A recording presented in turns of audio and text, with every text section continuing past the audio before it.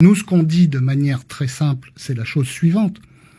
Le Rassemblement est déjà représenté dans les institutions au travers de la majorité Avenir en Confiance, notamment à la province sud et au gouvernement.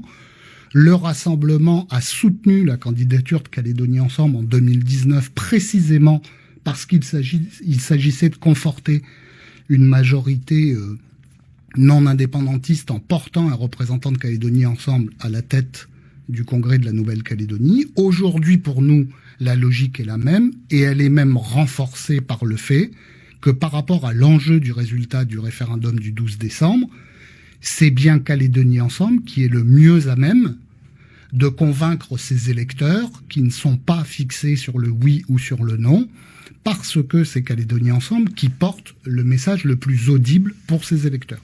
Philippe Michel, au final, il n'y a pas de discussion ? Si, bien sûr qu'il y a des discussions, et d'autre part, nous n'exigeons rien. Je fais remarquer à cet auditeur que c'est pas nous qui avons annoncé notre candidature d'abord et demandé aux autres de voter pour ensuite.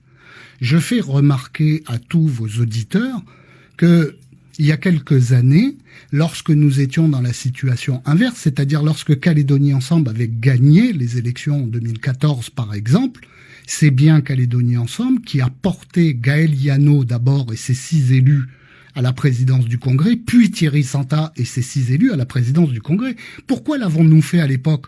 Nous l'avons fait à l'époque pour permettre à chaque sensibilité non indépendantiste d'être représentée à la tête des institutions et pour conforter la majorité. Et donc aujourd'hui, cette logique est exactement la même, mais en plus, elle est aggravée, si j'ose dire, par le résultat, la perspective du résultat du 13 décembre. Si la glissade de l'électorat continue, si 4 ou 5 000 voix seulement changent de camp, le 12 décembre, on est indépendant.